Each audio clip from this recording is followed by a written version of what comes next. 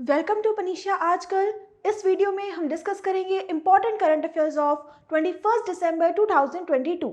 तो चलिए स्टार्ट करते हैं पहली न्यूज़ के साथ। First of all we are going to discuss about football club world cup 2023 के बारे में, जिसे होस्ट करने के लिए जिस कंट्री का नाम सेलेक्ट किया गया है उसका नाम है मोरक्को। यानी कि अगले साल फरवरी 2023 में ऑर्गेनाइज करवाया जाएगा फुटबॉल क्लब वर्ल्ड कप, जिसे होल्ड किया जाएगा मोरक्को के द्वारा।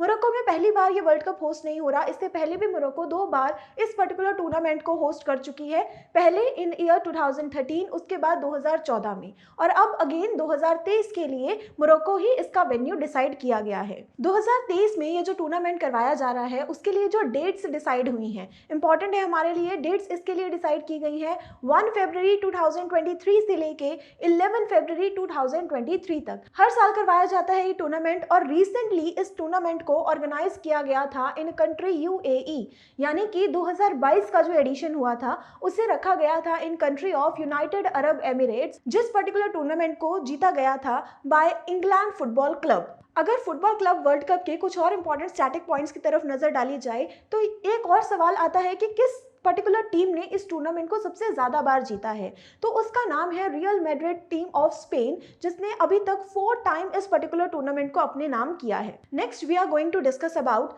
सशस्त्र सीमा बल के 59th राइजिंग डे के बारे में, जिसे कि सेलिब्रेट किया गया ऑन द डेट ऑफ 20 दिसंबर 2022, यानी कि 59th राइजिंग डे सेलिब्रेट किया गया है। नाम से ही क्लियर है, एसएसबी, यानी कि जिसकी फुल फॉर्म होती है सशस्त्र सीमा बल, यानी कि एक particular force which is required for the protection of border. ज्यादातर इनको जो एरिया अलॉट किया जाता है that was area of Nepal as well as Bhutan. SSB जो हमारी इंडिया की 5 सेंट्रल पुलिस फोर्सेस हैं उनमें से एक गिनी जाती है एसएसबी की पुलिस फोर्स, जो कि आती है directly under the ministry of home affairs, जिसका प्रॉपर रिक्रूटमेंट किया जाता है for the protection of border of Nepal and Bhutan. इसके अलावा इस पर्टिकुलर फोर्स का जो मेन ऑब्जेक्टिव है that is to provide safe, secure as well as a prosperous environment to the India. 1962 में इंडिया चाइना की वॉर के बाद ये चीज को फील किया गया कि उस पर्टिकुलर साइड पे भी एक अलग से फोर्स की रिक्वायरमेंट पड़ेगी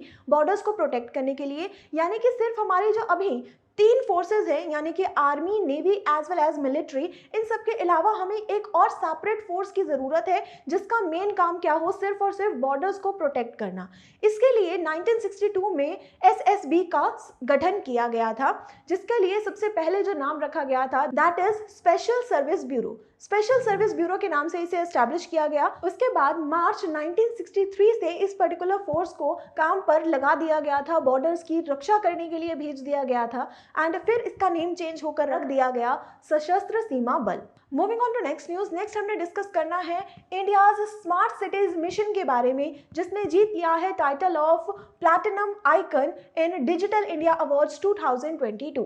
तो सबसे पहले तो हम यही डिस्कस करते हैं कि डिजिटल इंडिया अवार्ड्स होते क्या हैं। पर्टिकुलरली हर साल इन अवार्ड्स को डिस्ट्रीब्यूट किया जाता है by the ministry of electronics and information technology. ये मिनिस्ट्री हर साल इन अवार्ड्स को डिस्ट्रीब्यूट करती है। सबसे पहली बार डिजिटल इंडिया अवार्ड्स दिए गए थे इन अ ईयर ऑफ 2009, और अब इसका 7th एडिशन ऑर्गेनाइज किया गया है 2022 में, जिसमें अलग अलग कैटेगरी में उन पर्संस को अवार्ड दिया जाता है जो कि इंडिया को डिजिटल बनाने में as well as smart country बनाने में कंट्रीब्यूट करते हैं। तो जितनी भी अलग अलग तरीके की मिशंस होते हैं या फिर स्कीम्स होती हैं, उन सबको इस पर्टिकुलर डे पर सम्मानित किया जाता है, जिसमें से प्लैटिनम आइकन ये जो पर्टिकुलर अवार्ड है वो जीत लिया गया है एक मिशन के द्वारा जिसका नाम है India's smart cities mission.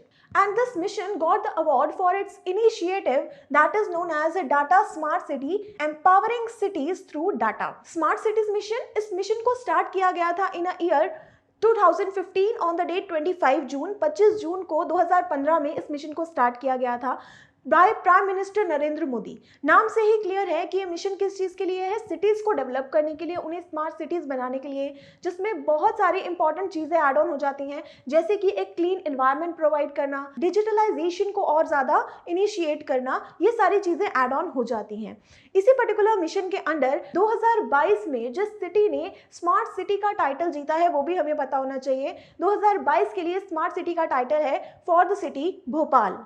Moving on to next news, next हमने डिस्कस करना है प्रो कबड्डी लीग के 9th एडिशन के बारे में, जिसे जीत लिया गया है by the team of Jaipur pink panthers. Jaipur pink panthers ने इस पर्टिकुलर लीग को जीत लिया है after defeating the teams in final, जिसका नाम है पुनेरी पल्टन। इस पर्टिकुलर टूर्नामेंट के मैचेस को अलग अलग जगह पर ऑर्गेनाइज किया गया था, जैसे कि बेंगलुरु, पुणे, हैदराबाद, अलग अलग सिटीज़ में इसके डिफरेंट मैचेस करवाए गए थे, जिसका फाइनल जो मैच है वो हुआ था Jaipur pink panther and Puneri Paltan के बीच में, जिसे जीत लिया है जयपुर पिंक पैंथर ने by the score of 33-29। 33 scores के साथ जीत लिया ये tournament, which is its second title, यानी कि दूसरी बार ये टाइटल जीता है जयपुर पिंक पैंथर्स की टीम ने। ये टीम किसकी है? ये टीम है अभिषेक बच्चन की टीम है ये। इसके अलावा और कुछ इंपॉर्टेंट नामों के बारे में अगर बात करें तो जयपुर पिंक पैंथर के इस टाइम के करंट जो कैप्टन है उनका नाम है सुनील कुमार मलिक, एंड जो कोच है इस पर्टिकुलर टीम के उनका नाम है संजीव बलियान।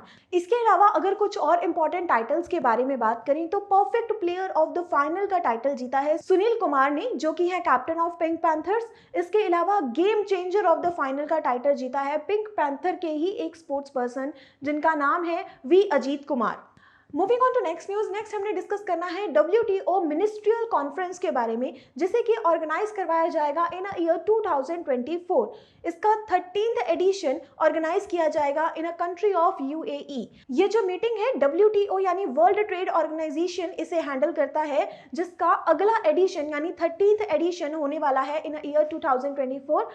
इसे 2 कंट्रीज मिलकर होस्ट करने वाली हैं, एक तो है UAE यानी कि यूनाइटेड अरब एमिरेट्स, जिसमें पर्टिकुलरली अबू धाबी में इस मीटिंग को हेल्ड किया जाएगा। इसके अलावा इसे सपोर्ट किया जा रहा है by the country of Cameroon. ये जो अगली मीटिंग का एडिशन होने वाला है इसका नेम रखा गया है MC13। MC13 में पर्टिकुलरली जो फोकस किया जाएगा that is on agreement regarding dispute settlement system, यानी किसी भी तरीके का अगर कोई डिस्प्यूट है उसे सेटल करने के लिए जो सिस्टम है उसमें चेंजेस लेकर आना, as well as for modernising of rule book which is 27 years old। इतने लंबे समय से जो रूल्स को चेंज नहीं किया गया है वो सारे के सारे इंपॉर्टेंट टॉपिक्स पे इस पर्टिकुलर मीटिंग में बात की जाएगी। WTO के अगर हम कुछ इंपॉर्टेंट पॉइंट्स की तरफ नजर डालें तो WTO वर्ल्ड ट्रेड ऑर्गेनाइजेशन को एस्टैब्लिश किया गया था इन ईयर 1995, जिसके हेडक्वार्टर्स हैं in Geneva, Switzerland, and total 164 countries हैं इसकी मेंबर।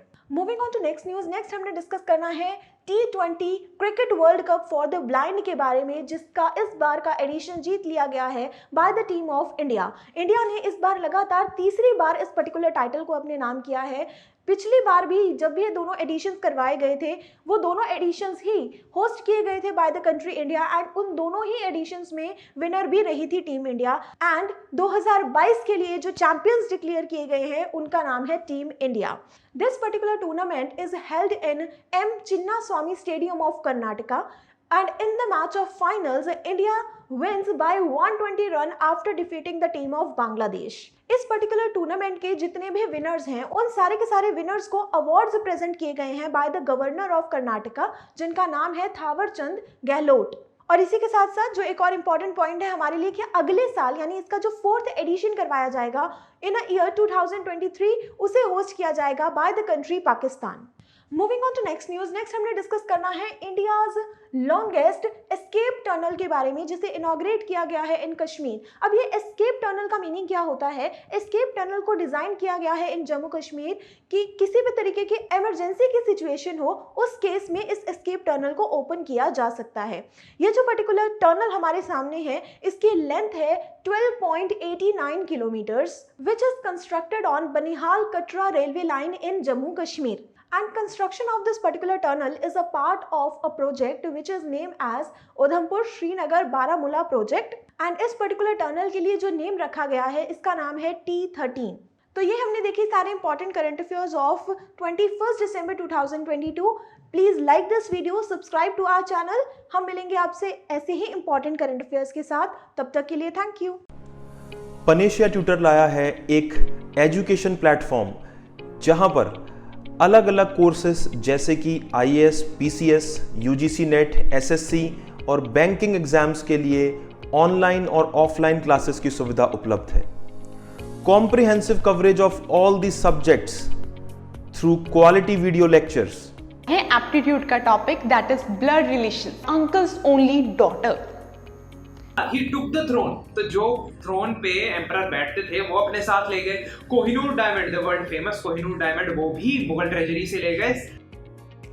फिर आया इकोनॉमिक प्रैग्मेटिज्म, यानी कि चाहे हमारे आपसे झगड़ा भी है तो भी हम आपसे व्यापार कर रहे हैं। जैसे चाइना है, हमारा झगड़ा होते हुए भी हम उससे व्यापार कर रहे हैं। PDF नोट्स और उनसे जुड़े हुए रिलेवेंट MCQs, साथ ही साथ comprehensive mock tests. So join Panisha Tutor for your successful and bright future.